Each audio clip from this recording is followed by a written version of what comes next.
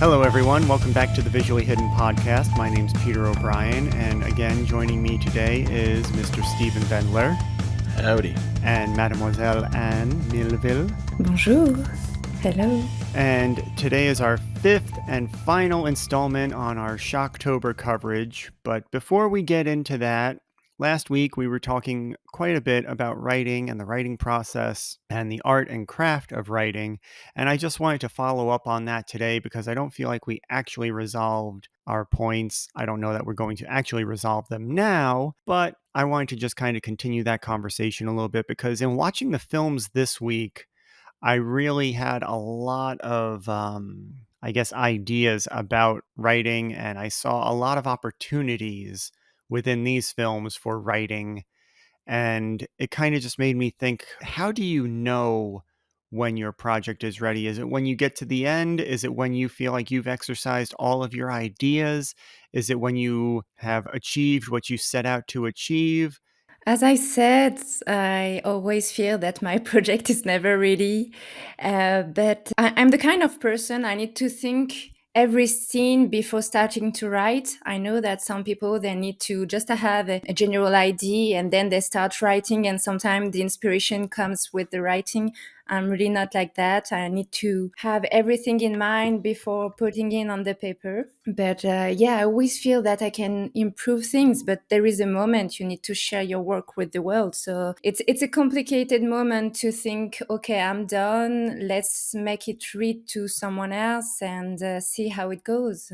I think when I've written something and I feel this is pretty good, I'll pass it on to a couple key people that I trust their opinions and value their opinions. And then when they give me their feedback, what I'll do is I'll try as best I can look at it objectively and say, okay, that's actually a pretty good point that person made.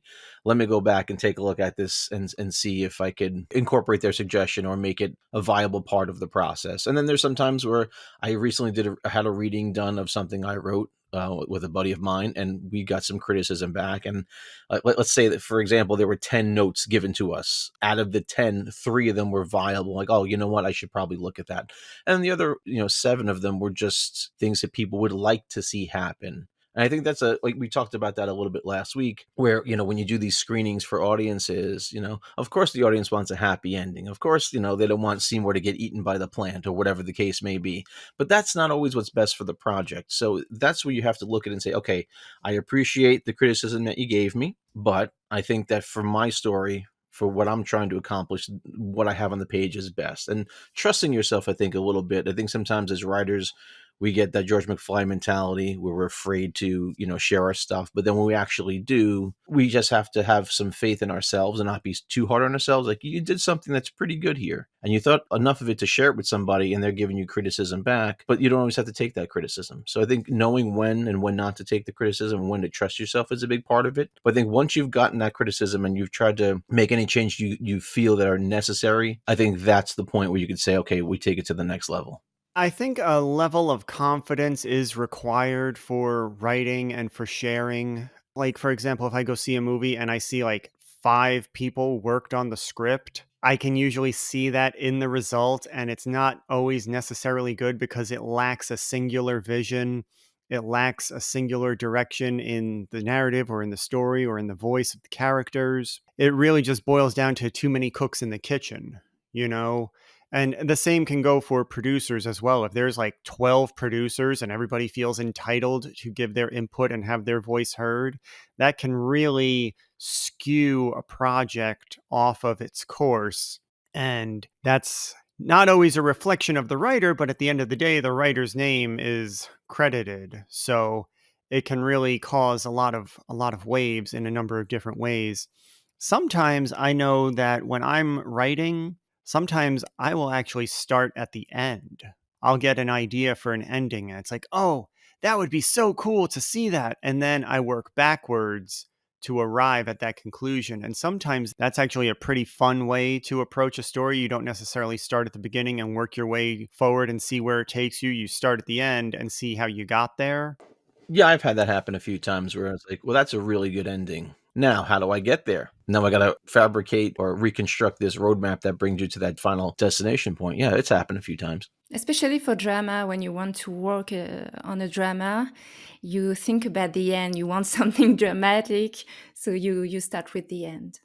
When I was working on the house on Peach Avenue, I had told you that we shot most of the movie and then I wasn't happy. And then I was in that situation in the hospital where I was able to film a new ending. And so, with that new ending, I had to reconstruct the story to arrive at that conclusion. That's like one example of where it actually went into practice for me. But there have been a number of times where I just think to walk the journey in reverse. And I sometimes feel like maybe that makes a stronger approach because now instead of starting out at the beginning and not knowing where exactly you're going and you have to kind of find and feel your way through and you fall into things out of convenience or you fall into things by rote, now you know where you're going, so you have to figure out how you got there. It's actually kind of a more challenging and sort of more rewarding approach, I think, to writing. A lot of times, honestly, now that I'm thinking about it, when you sit down to write something, do you know where you're going?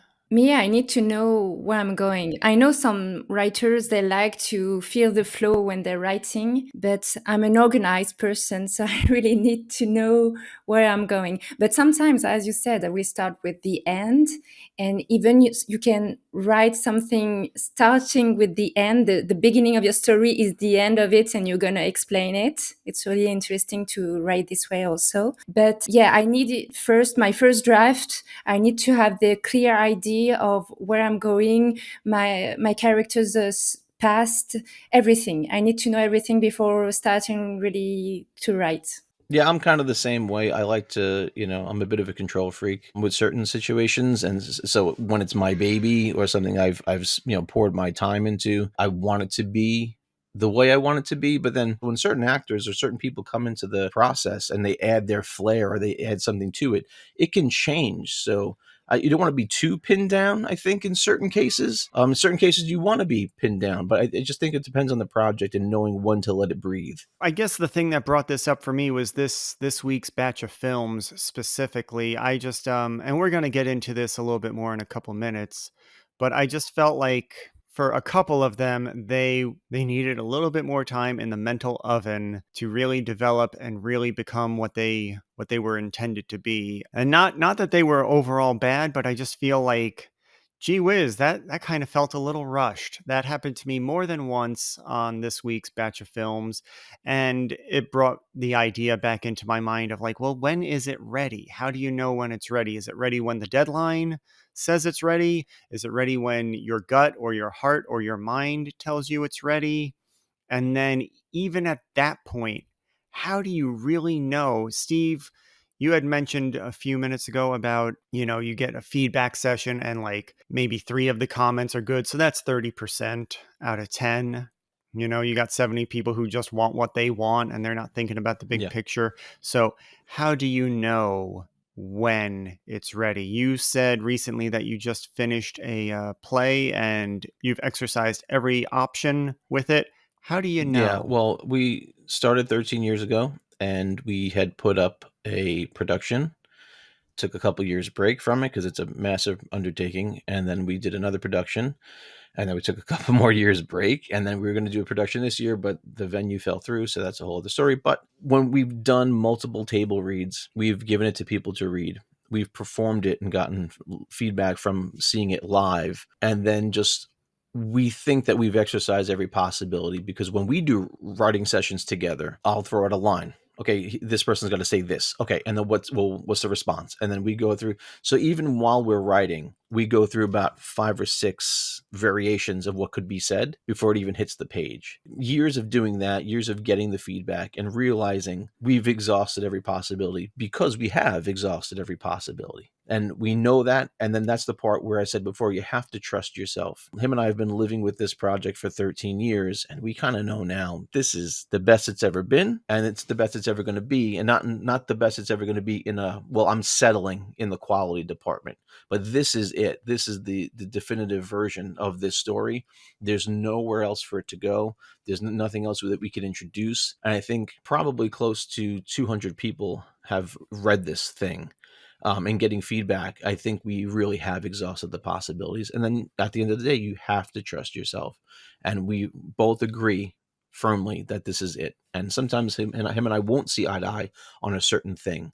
But we've gone through each one of those topics, or, well, should they do this, or how should this end, or how should we cap that scene off? And then we've agreed on every one of those things now. I think it's time that we can safely say it's been put to bed.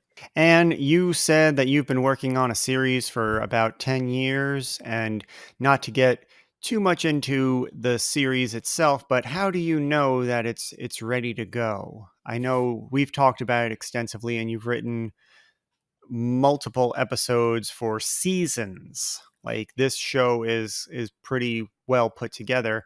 How do you know that it's ready to go?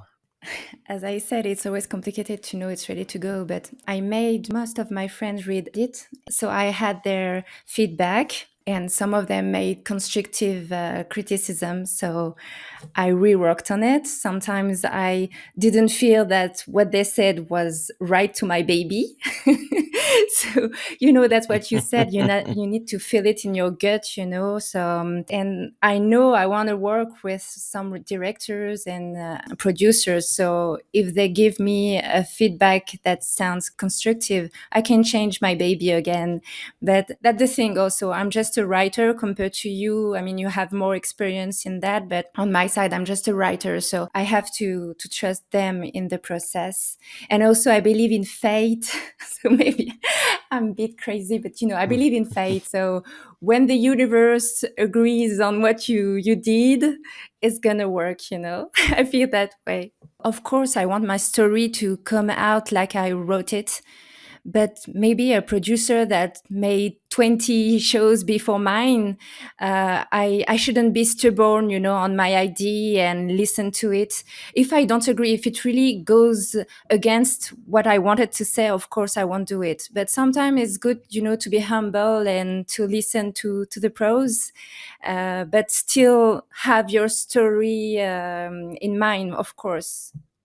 I think a big part of it too is the desired goal and the desired outcome that you're pursuing. I mean, writing is a solitary pursuit for the most part. Yes, you can write with a partner or you can write with a team, but generally speaking, there is one idea, and that one idea comes from one mind. And then it can get developed and rotated and turned around and fed until it grows into this monster of a thing. But at its core, it's one idea, one story from one mind. We talked a little bit last week about having the answers, and the answers don't necessarily have to be in the writing. There can be interpretation, but you as the writer have to know that that's the desired goal. Like, no, I want people to not know. I want it to be ambiguous. That's my goal as a writer, is to get people talking or get people thinking. I don't want to spoon feed them all of the answers. I want them to think about it and talk about it, because then that's going to help it grow in a different capacity. As far as writing and knowing when it's ready,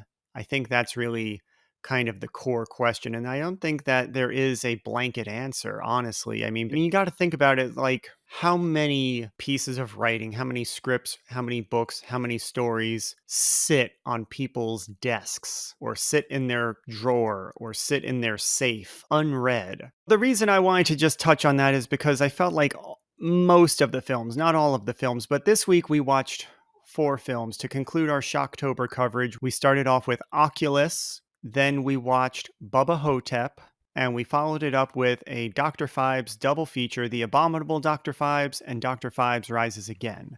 I'm going to say 75% of them felt like they had some type of opportunity related to the writing that could have improved it or maybe inhibited it from achieving its full potential.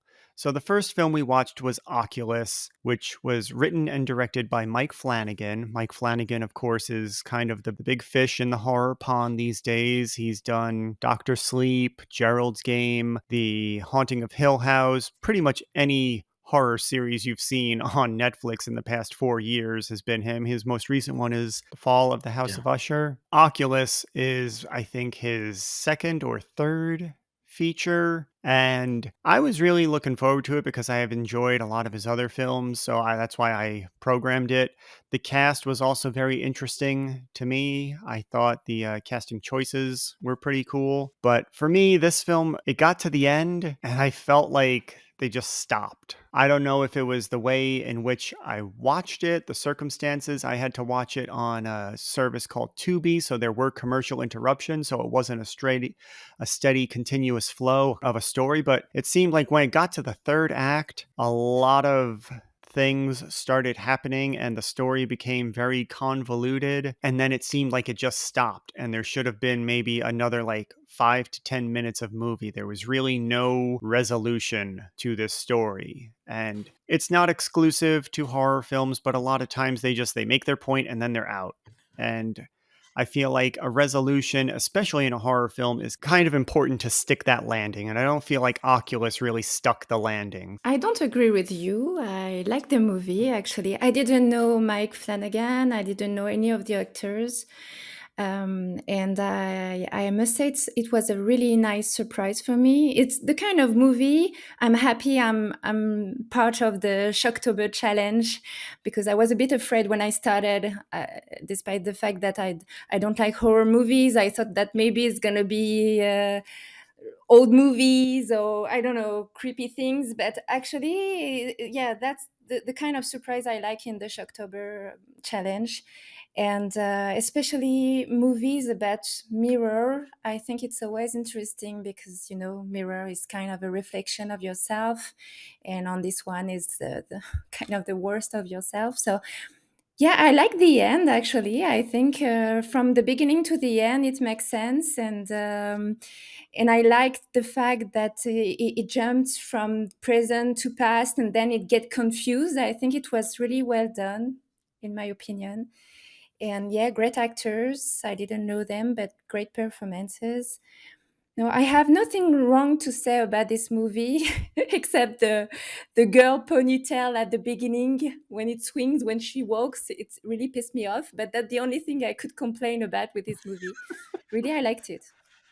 To clarify, I did not hate it. I just felt that at the ending, and it was like I got it. It was cool. I just feel like it felt a little rushed in my opinion, and for my taste, I felt like it was a little rushed and then there was no real resolution. I hadn't seen it before. I had heard of it. I'd seen some of Flanagan's stuff. So far, out of what I've seen, my favorite is Hush. Still to this date, I enjoyed Doctor Sleep. I enjoyed Gerald's Game. This I enjoyed also. I mean, it's a great cast all around. Great performances. I enjoy everybody in this movie. I thought it had a little more substance than what I had first perceived when I heard about the movie. Pretty good execution on some scares. I agree with you, Pete, a little bit there. It's some of it just felt a little bit like let's wrap it up at the end. Like they gave him like the 5-minute warning. And I enjoyed the film, but throughout the film, some of it just felt a little bit disjointed and like a little bit messy. And I can't figure out what it is about the film that's making me feel that way because I've been thinking about it for days. It's a movie I probably would watch again.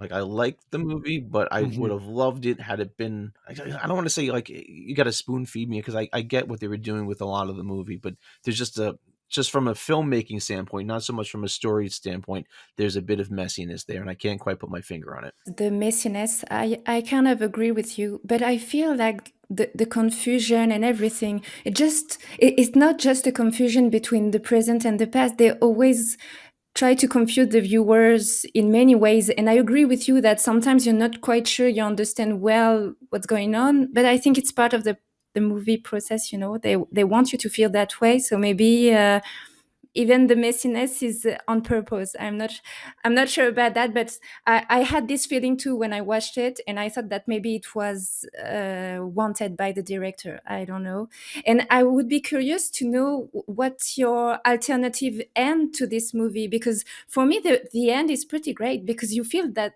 could be another movie. It could be Oculus too. I love the end actually. And I really enjoyed the cross-cutting. I liked the melding of the two time periods. I thought it was a lot of fun, and it made it interesting because it was very disorienting, which is kind of what the point is. That's what the mirror is doing. It's getting in people's heads and it's disorienting them and messing them up and making them do things and see things and just playing tricks. So I got that. It came across nicely. I just felt like once the end happened, that was it. The curtain dropped and and the credits rolled, and I felt like there was so much misdirection throughout the film that the ending itself felt like more Yeah. misdirection.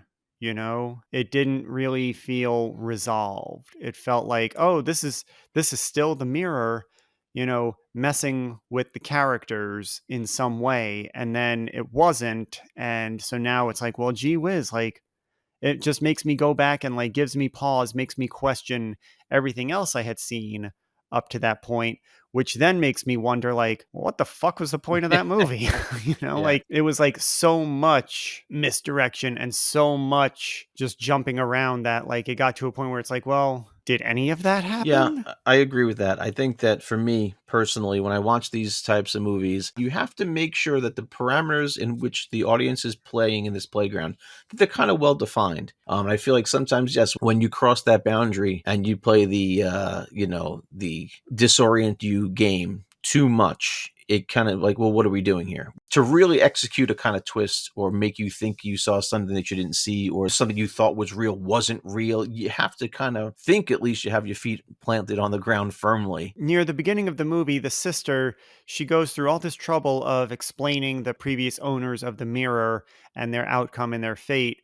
It may have been good to start with one of those situations, like actually show us kind of like a cold Yeah. opening, like, okay, here's like an excerpt, almost like a separate side adventure of the Yeah. mirror, like a James Bond movie, this is this point in time for the Yeah. mirror, and this is what happened. So then we know, oh, it's diabolic. And then we go into our story to see the kids and the family versus the mirror and their outcome. And then at least that way we have some type of grounding like going in, as opposed to questioning the main character the entire time and then having all of these hurdles thrown in their way, and now we're still questioning it because the mirror is becoming active. Yeah. It's one thing to like reveal the mirror as being diabolic, but you can do that in its own way. At that point in time in the beginning, to the audience, it's still just a mirror, and we don't know if that other character is crazy, that first character. So I feel like showing something like that could maybe just help establish that idea in the Yeah. audience's Set the tone. mind. Absolutely. I totally disagree with what you said. I'm sorry, but I think that's part of the movie. They want you to feel confused from the beginning to the end, because at the beginning we think that maybe the girl is a bit crazy and maybe the brother is right. I mean, that's what I loved about this movie is I was lost completely, but I really was into this movie from the end, because I'm questioning myself also. And yeah, that's what I love. For me, it's a cerebral movie. If you want to have your feet on the ground with this movie, you're gonna be disappointed, that's for sure. But that's something I loved about it.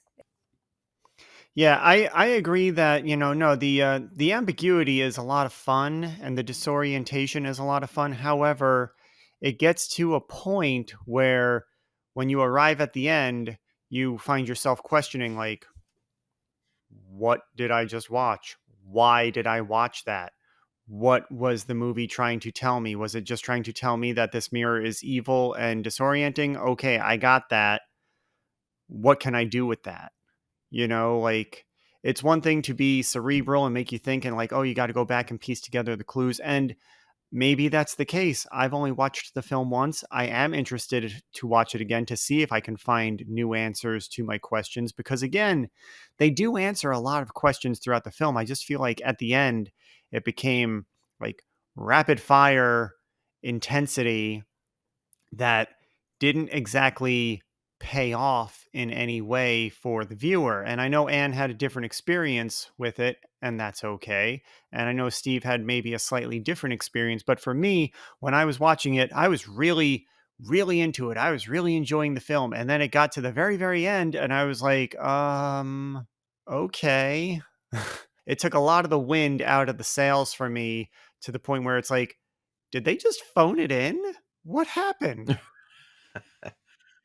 Yeah, I think it fades out, it fades back in, a new family buys the house, they uncover the mirror, and that can kinda set the tone for, like, maybe there will be another adventure for the mirror, another family to make crazy, or I think that's what it is, like, it just ended. Ironically, we always say it's very American where they get the happy ending. This one wasn't a happy ending, but still felt like you coulda added a little something else at the end. Little button on the end or something there would have been helpful. And does not look amused.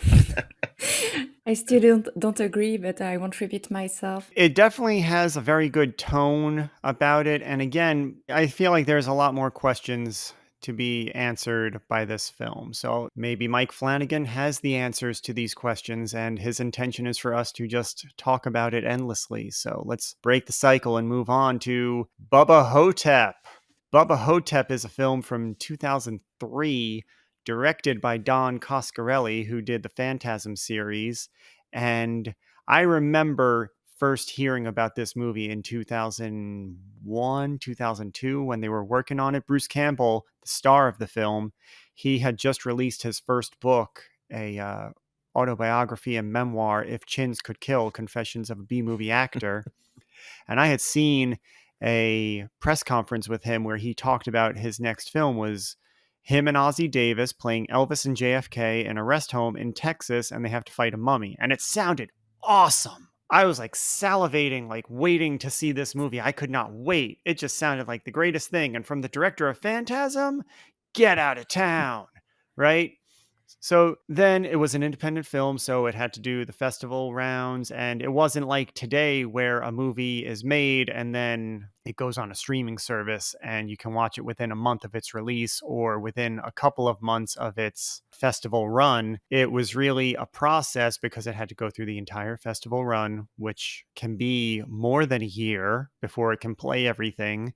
Then it has to secure distribution. And then, depending upon that distributor and their power, it may only be available on DVD. It may be available in a certain region. It may only be available in Europe for a little while. It really depended back in the day on what the distribution and festival deal was.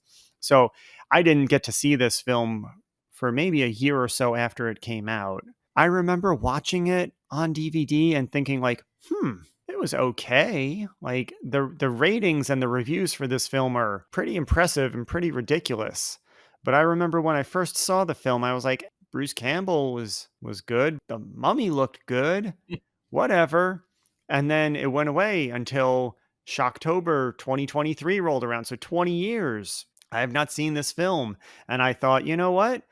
I like Bruce Campbell. My wife likes Bruce Campbell. Let's watch a Bruce Campbell movie. She really likes the Phantasm movies too. Let's give this one another day in court. And I gotta say, I was disappointed. I don't know. It felt like there wasn't enough story for this film, and they completely underutilized Bruce Campbell. You know, it's not like he was a cameo in the film. He's the star. He's in just about every single scene, and they could have done so much more with Bruce Campbell. They could have just made shit up on the spot. And it would have been a lot more interesting than just dragging it out and having him sit in his hospital bed for minutes on end. And his voiceover narration really didn't add too much. There was kind of a adolescent tone with some of the dialogue and the, just crudeness to the humor, which, again, I don't mind. I don't care. I've watched every Kevin Smith film, like... It's okay, but have some function behind it, have some weight behind it, have it go somewhere, have it accomplish something. The film is based on a short story, and I'm sure the short story is probably really good because it's a short story. This seems like it would have been better off as like an episode of something, if they cut out maybe like 35 or so minutes and just made it or cut it in half and just made it a really tight, like weird, Tales from the Crypt, Creep Show, Tales from the Dark Side kind of story, put it in an anthology. I feel like it would have been a lot stronger. I feel like that's the movie I wanted to see that I didn't see. I agree with you, man. Bruce Campbell is always fun. Even if he's just in an interview, he's hilarious. And there's a lot of hilarious lines that he has in this movie. Ossie Davis, a lot of funny lines in this movie. At the end of the day, I was like, but who cares? Like, it was a very long journey for not a satisfying ending. Bruce Campbell, a pretty good Elvis impersonation there. I mean, I don't even know how to talk about it because there's not a whole lot to talk about. I mean, when I first saw this, when I first saw the poster for this movie, and I'm gonna be very honest, I judged the book by its cover that day. I was like, I have no desire to see this movie, and I never watched it until this Shocktober. It was just, I think it was a lot of silliness, and I'm okay with silliness to a degree, but it was like silliness if we're gonna go somewhere with it. Like, there's a great amount of silliness in Shaun of the Dead, but Shaun of the Dead's a fantastic Mhm. movie, because it's got weight to it, it's got a Yeah. story, it's got developed characters. This one just felt it left a lot to be desired. Yeah. Um, so first of all, I didn't read the synopsis. I didn't know the actors. I didn't see the poster. So when the movie started, I was super enthusiastic because I'm passionate about ancient Egypt and its mythology. So I thought it would be about it. And then I was like, "What the hell? What is this silly movie?" You know. But I agree on the actor's performance. So I didn't know both actors, but especially Ossie Davis is really touching. I really love this character. You have funny scenes, especially at the end with the mummy fight. It's more funny than horrible. Mhm. But the rest, yeah, no, I don't like this movie, to be frank, and especially if I were from Elvis family, I'd be offended about this movie. Really, when someone is dead, let him rest in peace. No, really didn't like this part. Now you said it's an indie movie. I understand more why the beetle looks so plastic. I mean, it shows that it's not a real beetle. I was surprised to see that people can be confused between cockroach and a beetle. I haven't seen any cockroach for real, but I see the difference between cockroach and beetle. Just, I don't know, it was weird. And I didn't Mhm. understand if they are in a retirement home or an asylum, because everybody seems to be a bit crazy. But what I noticed is the nurse, they are not able to perform a cardiac massage. I don't know if you noticed it, but if I had one of my family member there, I would be really worried if someone is fainting or anything, because the cardiac massage is really something. Anyway, so yeah, I didn't really like this movie. I'm not sure I'm gonna watch it again, but it was pleasant to see. I'm always curious to discover new things, but that's about it. It was an independent film, yes. However, I feel like better independent films have been made for less. And I still feel like, yeah, they could have done a lot more. And I mean, K and B did the effects, and the mummy looks awesome. Like when you see him for like 5 minutes, Yeah. I feel like, okay, well, they got the mummy, great. They got the star, Bruce Campbell. They got Ossie Davis supporting. They could have done so much more than they did. And what they did should have been reduced down and put into a better package. I feel like the ingredients are there. They just didn't know the proportions to make the cake. Well, it seemed like two stories. Like you could have just had a mummy that was coming to an old age home and stripping the life of all these Mm-hmm. people, and these people get together and try to figure out how to stop this thing, right? That could have been one thing. The fact that it's like a hat on a hat. Now it's like, okay, but on top of that, we have a bunch of guys who think that they're other famous people. And then you give us that whole section Mm-hmm. where is it really him or is it not him? Like, so it's like, well, okay, well, what's the story we're telling here? So I think we spent more time wondering if he's Elvis or not than wondering about the creature. Like you said, when the creature pops up, it's like, two scenes and then it's over. I'd be really curious to hear from somebody who actually really loves this film and why they actually really love it. Like it has very high Very ratings, high. it has very good reviews, and I would like to hear from those people. If you're out there, please send us a message, leave us a comment, make your own video and tag us. Like, I want to know If you exist. what the appeal is. Yeah, if you exist, if you're out there, not if you're not a bot that's rating things for a distribution company, please let me know. I mean, I understand liking campy stuff. I understand liking schlocky stuff. There is an allure to it. There is like, a cult film following for certain things. And I understand maybe you just like it because Bruce Campbell's in it, and Bruce Campbell is a recipe for awesome no matter what. Reggie Bannister is always a bonus. He's again from the Phantasm movies, and he plays the head of the hospital who reprimands the nurse. He was the star of the Phantasm film, so I understand cult followings, but I want to know what you actually really like about it. Like at the end of the day, why are you putting this on for pleasure? Yeah. Because I didn't really get much pleasure from it. In point of fact, I felt a little bad and upset for Bruce Campbell, Ossie Davis, Don Coscarelli, and everybody else involved, because it's like you could have done something that Mhm. crushed.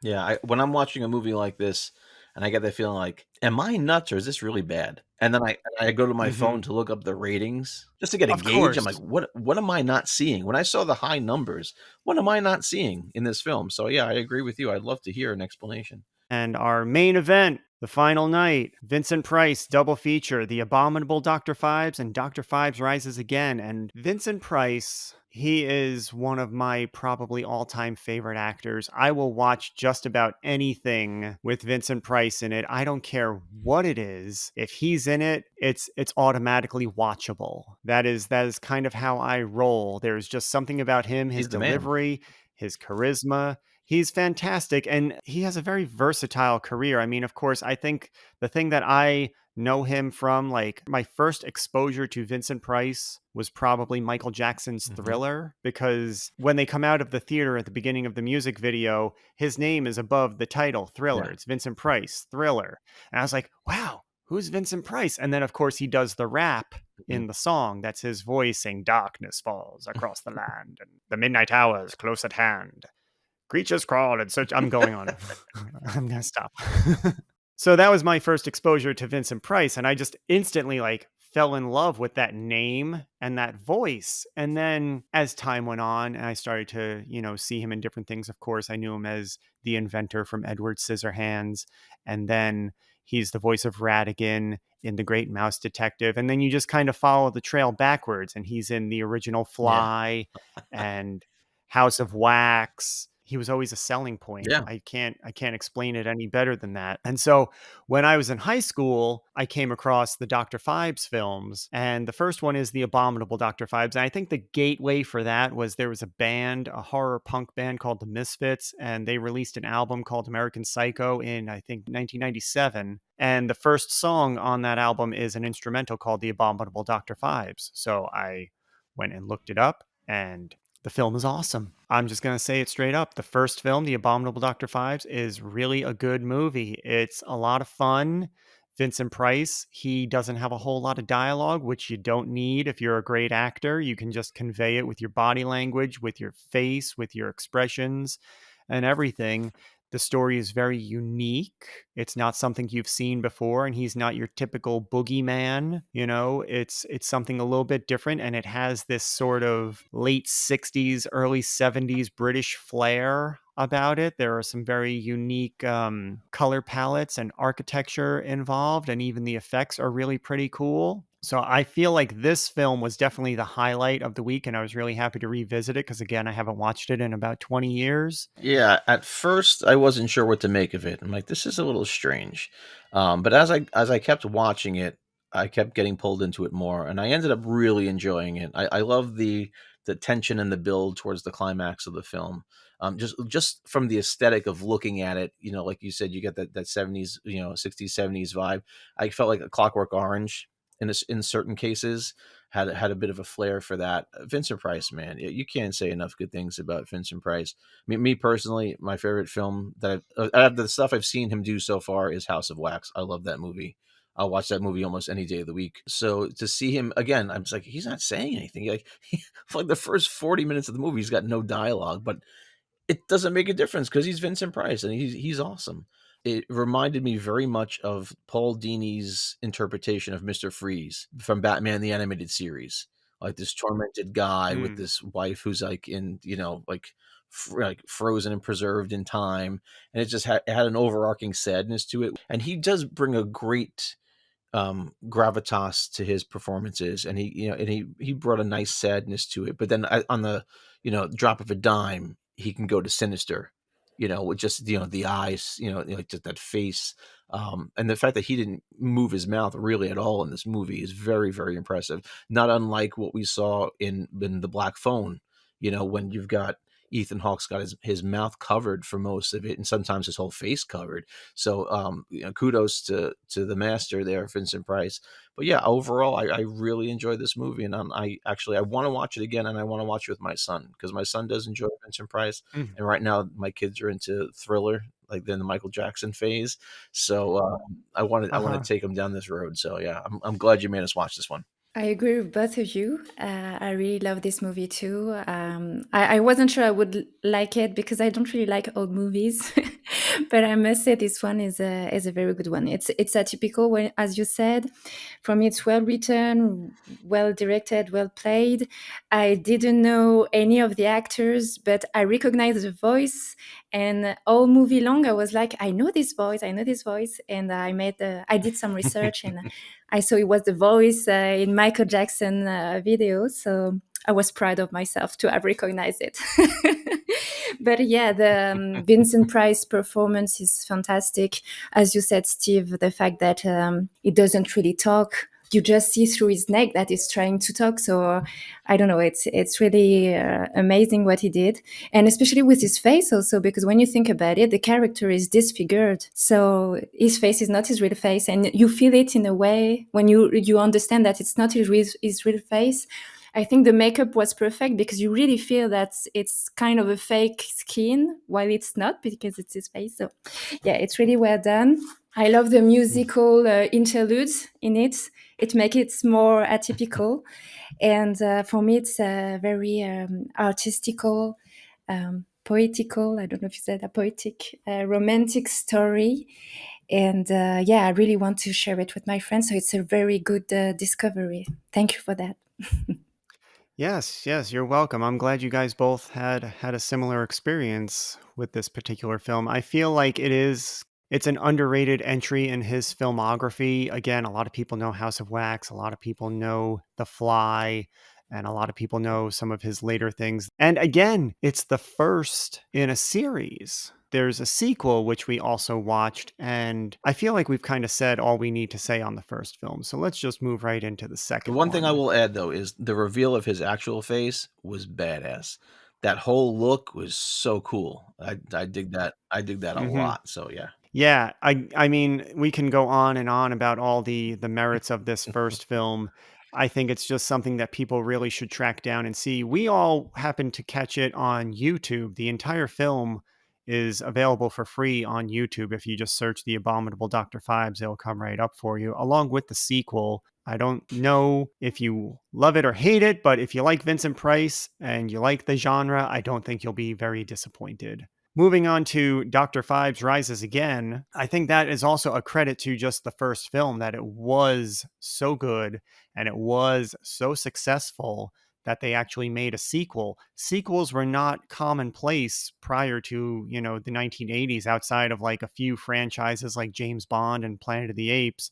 Sequels didn't really happen all that often like today, where everything is a sequel to something else or a spin-off from something else. Sequels were not very common, and the fact that this film actually has a sequel kind of tells you how good the first one is. The second one left a bit to be desired for me personally. This is another one where I just felt like the writing was rushed. They had a lot of missed opportunities and it just didn't add up. And I think one of the things that hurt this film the most is something that made the first film so great, which we already talked about, was Vincent Price not having a lot of dialogue. In the first film, he doesn't have that much dialogue, and it felt like wall to wall dialogue and narration from him in the second film. And you know what? Before the second film even really started, the fact that they started with the recap of the first film, I just got bad vibes from that right away. The fact that like we have to bring everybody up to speed and like almost like an episode of a TV show, like on last week's episode of Dr. Phibes, like it just didn't. it didn't fall in line with the tone of the first film. The first film was so sincere and so genuine, and it just came across like confident in and of itself. And the fact that they start with the recap tells me how unconfident this film is going into itself. Yeah, I agree with that. I think on this one, Dr. Phibes should hit snooze. He should not have risen again. When I saw the first one end, I'm like, what a good ending. All of a sudden now you're just going to undo that perfect ending. It's like, why? You could feel the laboring and the manufacturing that had to go into this. Like, like the sun and the moon line up, and all of a sudden the embalming fluid comes out. I mean, that's a lot. That's just a lot on the first page, man. And then, like, all of a sudden, the first movie, he had 4 years to plan out this masterful, I'm going to get my revenge. And then all of a sudden, he just has all these Batman 66 type gimmick weapons at his disposal. It's like this industrial sized fan. Where we get that from in the middle of the desert? Like, like, I didn't realize organists made that much money that they could ship an organ, on steamship across the ocean to the desert and then drag it. Like, no one saw that going on. No one saw any organs being drugged through the desert. It was the suspension for disbelief. I mean, geez, they kicked it up, 100-fold, and it got more fantastic as it went along. And you know what? It's not Vincent Price's fault. At the end of the day, he gives a really even performance. I mean, it completely matches what they did in the prior film, even his look, everything, the way he delivered the lines, nothing. Because sometimes when actors step into a role again, they tend to ramp it up a bit or get a bit campy or a little too self-aware of how the audience has reacted to the character the first time, and it just changes it.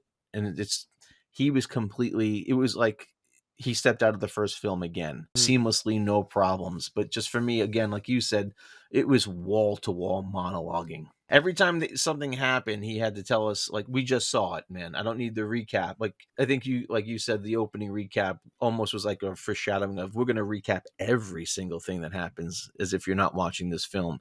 And that just reeks of a lack of confidence. I totally agree. Really, I didn't understand why they wanted to make him rise up again, because the end of the first one was so great, so romantic, and for once, I don't really like happy ending, but it was perfect. So I'm a bit disappointed. And when it starts with a recap, it's a bad start. So you have no effect of surprise. Yeah. I feel that way during this movie. I felt that the script was less coherent sometimes. To be frank, I watched it twice because I wasn't sure I got everything, but actually I got everything at the first watch. But yeah, and the two policemen going to Egypt to pursue Dr. Phibes, I think it's no sense, And I first watched the poster before watching the movie. I had a look at the poster, and actually the poster is more horrifying than the film itself. You don't have many spectacular deaths like you could have in the first one. I was a bit disappointed about the death. It's a bit crazy to say that. So yeah, everything is disappointing about the second, and you don't want a second movie. And when you watch this one, you're really disappointed. Yeah, and just one more point, though. Like I said, Vincent Price gave a very even performance throughout both of these films, where the character of Trout in the second movie, I mean, man, he got dumbed down hard. It just feels like Abbott and Costello meet, Dr. Phibes. It was, we got to tag these guys on somehow, so we'll just send them on a journey where the character says, "You have no jurisdiction here. Why are you here?" It's like, we're all wondering that, pal. It just seemed kind of shabby and thrown together. And I mean, even, okay, Dr. Phibes rises again. Why? Why did he go to sleep for the few years? Like, what was the point? Like, why not just like escape and like go do this thing now? Like, it just seemed Well, it like, cheapens the first movie. You undo the beauty of the first movie when you have him rise again. I'm not saying that they couldn't have done a sequel. I was very excited to like see how they did it, and once I started seeing it, I became less and less excited as it Yeah. went on. I watched the first one, I was like, yeah, this is awesome, and I can't wait to talk to Steve and Ann about it. And then I watched the second one, I was like, ah, shit. It's another fucking Bubba Ho-Tep. They're gonna fucking kill me. Oh, yeah. So, all right. Well, they all can't be winners, right? No, and I didn't make them. I just picked them, and you know what? I'm glad I picked them. I'm glad I picked all the movies that I did this month because I do feel like it is a very mixed bag, and I feel like we got some good stuff out of it. Even if we didn't like the film or the films, we got some good conversation out of it, and we got some good experiences out of it, and we got some new insights about it just from sharing our own different point of views. I think I liked more than I didn't. I feel like this year was a stronger year than maybe some previous years. Usually sometimes it's a little split, but I feel like this year was particularly strong. And of course, I did have some ringers in there, some things that I had seen before that I knew were good going into it. So I'm glad that I got to open it up to more than just my wife because she tends to like things. Not that she likes everything or she loves everything, but she's a very positive person and she's more forgiving than I am critically sometimes, especially when it comes to films. Like there's a lot of times we'll watch a movie and I can tell just from like her expression or her body language that she really liked the movie. And then I'm kind of like biting my tongue because I don't want to Yeah. ruin the high for her. I don't want to ruin her experience with it. And so she'll ask me what I thought, and then I'll kind of like dance around it a little bit. Like I'll just give her like a little bit of time to enjoy it before I rip into it for whatever reason. And again, it's not that I'm being critical or bitter. I'm just watching it from a different point of view. I'm watching it from a filmmaking point of view and a writer point of view. I'm not watching it so much from an audience escape point of view. So for me, when I see things, it's again, it's a slightly different angle than a lot of other people.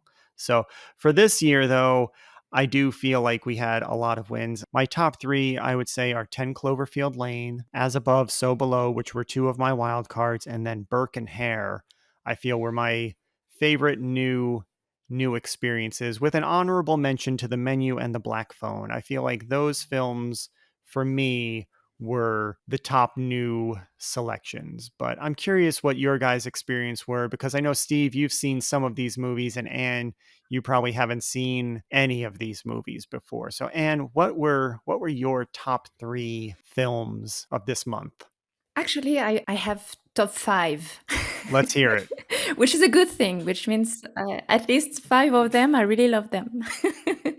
So the first one, the first one is the ninth configuration. I really love this movie. I don't remember Mm. when it came out. I think it was in the 80s, but really, I love this movie. A Yeah. very deep message in it, and it's fun, and it's something you don't expect. So really, I loved it.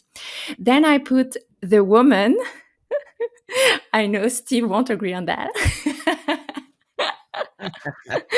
But it's really a typical movie the way they treated men and women in it. So I wanted to put it in here. Actually, the third one I put Buried with Ryan Reynolds. It's a great Mm. surprise for me. The Babadook. Even if it's not perfect, I Mm. enjoyed watching it. And last but not least, I put Oculus. Oh, wow. Okay. So that's Anne's top five. So it was the ninth configuration, the woman, buried, Babadook, and Yeah. Oculus. That's a pretty strong list. I'm not gonna really challenge any of those because I have a second top list of my own, but I'll wait till Steve shares, and then we'll kind of compare all of our So notes. So very cool, Anne. Steve, what do you got? the Babadook has gotta be up there then, out of the ones I haven't seen. I think The Menu Hmm. and then, The Sentinel, I think. If I had to, because I Oh. mean, I had a couple issues with that movie, but the overall vibe, the creepiness, Hmm. the stellar cast, some good scares in there. It really, I think, gives you the horror Halloween Shocktober vibe. So, yeah, I think, those are my 3 picks for movies I haven't seen. Very, very interesting and very, very cool. Well, yeah, that makes me happy to hear too. Because again, I like to. Part of the reason I like to do this is I like to share, but I also like to explore and I like to see new things. So for me, seeing new things with new people, I mean, that's why people go to the movies to begin with. It's a great community and relationship building exercise, because you have a similar shared experience, but you always have your own mind and experience and background going into it. So your takeaways will always be different. I think the best film we watched, the most scary and the most well made, is probably Buried. That is my number one pick for the month. If anybody is going to watch a horror movie that wants to actually affect them, I would say Buried is the safest bet. I think Misery is also very well made, along with The Babadook, but of course, I still strongly feel that The Babadook requires 2 viewings with a little bit of breathing room, not back to back, but maybe even a weekend or a week apart, just to let it process in your mind. And I mean, of course, the Ninth Configuration is a personal favorite, so I'm glad that Anne selected that as her number one. That really makes me feel good inside. So anybody who's just listening to the podcast, who hasn't been playing along or following along with us, if you want to just cut to the chase and have a good time or have a good weekend, I don't think you could go wrong with any of the top films that we discussed, depending upon your various tastes. However, disclaimer, the bottom 3, these are the films that we think you should avoid at all costs, that will just waste your time and your life. Again, you're not going to get that time back. Once it's gone, it's gone. For me, my bottom 3 would be All Hallows Eve, which was part of the last drive-in. I really did not care for that movie, and I don't think I'll ever watch it ever again. The Barbarian, which, if you remember from our first week, I think we all kind of had fun dancing on that grave. And Bubba Ho-Tep, I'm sorry, but I love Bruce Campbell. I love Don Coscarelli and Ossie Davis, but I feel like upon seeing this one again, especially with some time between it and as an adult, I'm going to go ahead and say that this one is probably retired. I don't know that I'll be visiting Bubba Ho-Tep again unless I happen to get really, really bored one day and decide to edit it myself. And just cut it down into a little 30-minute episode. Maybe when I'm retired and I've got time to burn, I'll take a stab at that. But for me, I was disappointed by Bubba Ho-Tep. Honorable mention to the bottom of the barrel, I think, would also have to be Dr. Phibes Rises Again. I really don't know that I'll be visiting that one, but the first one, I will gladly let anybody borrow my VHS copy. Anne, how's your bottom of the barrel looking? Is it similar? Is it different? What do you got? Pretty different with yours. First of all, I would like to take the defense of Barbarian. I know you didn't like this movie. I didn't really like it neither, but it's not so bad. I mean, it's not the worst for me. It's got a lot of great points. The first half's got a lot of good stuff. You're right, but the end. If anybody's curious, you can revisit the first episode we discuss about Barbarian. I don't think we need to revisit it. So the first of all, I put Bubba Ho-Tep, of course. I mean, I feel bad now. I know it's an indie movie because I love to support indie movies. I know it's such an adventure to make a movie, especially when you have a low budget. But yeah, still the story wasn't there. Then I put Dead Alive by Peter Jackson. But I like the fact that this director is so famous now and he did something fantastic with The Lord of the Rings. So you see that sometimes you do shit and you do something beautiful then. So keep faith. Then Event Horizon, really terrible movie. It's a cheap alien movie, really. That's the worst of it.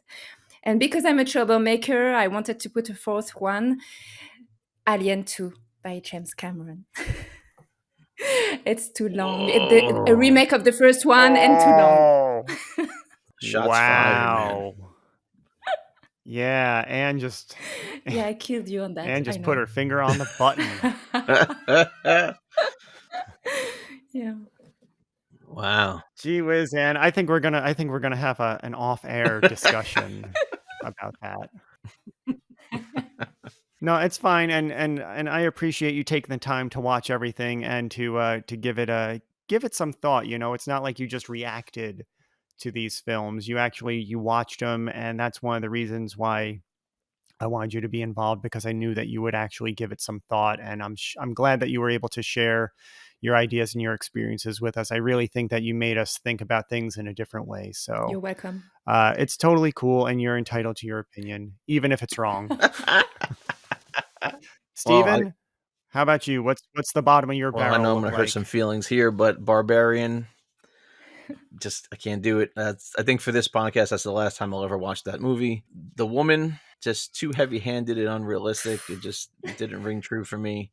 And then Dead Alive, I don't know, it's a bad acid trip. I guess I'm curious, like I programmed this event, and do you have any recommendations for maybe next year, because I'm always open to recommendations. I guess I want to know, like, what is something that you would recommend to somebody in terms of the horror genre? Like, and what is a good horror movie in your mind that you hadn't seen in this session? You know my answer because I told you that's my number one horror movie is Casper. I just wanted it recorded. I just wanted it for posterity. Yes. Anne's number one horror movie is Casper. That would be The Friendly Ghost. And Bill Pullman, Christina Ricci, wonderful cameo by Dan Aykroyd in that film. Steve, what are some of your go-to, highly recommended? What's something that not a lot of people maybe have seen or All right, heard let's of see. that you think is good? Just for the ingenuity of the film, the original Little Shop of Horrors. Not the Now I love the musical. Mm. I absolutely love the musical and the musical movie, but the original black and white with a very young Jack Nicholson. Just for the ingenuity of that movie, of what they tried to accomplish using sets that were already made for another movie. They were getting taken down in a couple days just to get in there to make a script. Is it the best movie ever? No, not really. But if you go back and you watch that one, I think there's a lot of good points in it for all the bad points. And especially it's got Dick Miller. Who doesn't like Dick Miller? That guy's awesome, man. Another one, maybe, I saw it once. I own it. I have to revisit it again. But Vincent Price, The Last Man on Earth. That was a really good one that nobody really talks about. So, I mean, if you want to check out two old school black and white horror films, those are pretty good. The original Little Shop of Horrors, yeah, directed by Roger Corman. I think he filmed it over a weekend. And so, yeah, that is really just a testament to independent filmmaking and filmmaking ingenuity. There's a lot to be harvested from that particular film, and just the experience and the result of it. Again, yeah, it's not the greatest film, but when you take into consideration all the variables that allowed it to exist, I think it's a pretty remarkable just entry into film and cinema history. And The Last Man on Earth is, of course, based on a book called I Am Legend, written by our old friend Richard Matheson, who started us off on this journey with Duel. And we visited him again in the Twilight Zone, the movie. So, yeah, The Last Man on Earth, I Am Legend. It's been made a couple of times, but I believe that is the first film adaptation starring Vincent Price. And of course, they changed the title to The Last Man on Earth. So look for that one. Again, Vincent Price, I don't think it's possible to be disappointed by him. He is always solid. He will get you through there. With that, I think we're going to wrap up this episode of the Visually Hidden podcast. We'll be checking in with you next week. We'll be talking about some independent film. And this Thursday, so when you hear this, it will be tomorrow, we'll be kicking off our Visually Hidden Selects series on our YouTube channel. Be sure to head over to our YouTube channel and subscribe so you don't miss any of those recommendations. I'm not going to spoil the first one for you, but I think you really can't go wrong with it. It's kind of a modern classic. So we'll be discussing that film at length along with the related films in that series in the coming weeks. So until next time, I'm Peter O'Brien. Stephen Bendler, of course. You can find him on Instagram at Steve's Pop Culture Corner. And Anne and I are on Letterboxd, so you can see what we've been watching and check out what we think over there. And we'll see you next time.